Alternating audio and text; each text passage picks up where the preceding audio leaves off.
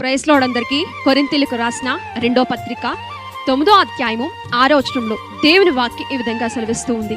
కొంచెముగా విత్తువాడు కొంచెముగా పంట కోయును, సమృద్ధిగా విత్తువాడు సమృద్ధిగా పంట కోయును అని దేవుని వాక్యం సెలవిస్తుంది.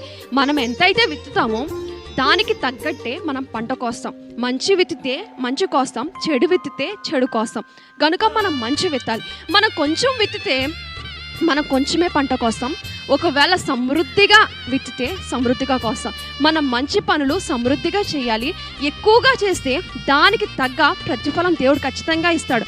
మనం ఆ ప్రతిఫలం కోసం మనం ఎక్కువగా కష్టపడి ఎక్కువగా మంచి పనులు చేస్తే మనకి దానికి తగిన ప్రతిఫలం ఖచ్చితంగా ఉంటుంది. కనుక మనం మంచి పనులు చేస్తూ సమృద్ధిగా చేస్తూ కొంచెంగా కాకుండా సమృద్ధిగా చేసి అధికమైన ఫలాన్ని అనుభవించే వారముగా ఉందుముగాక.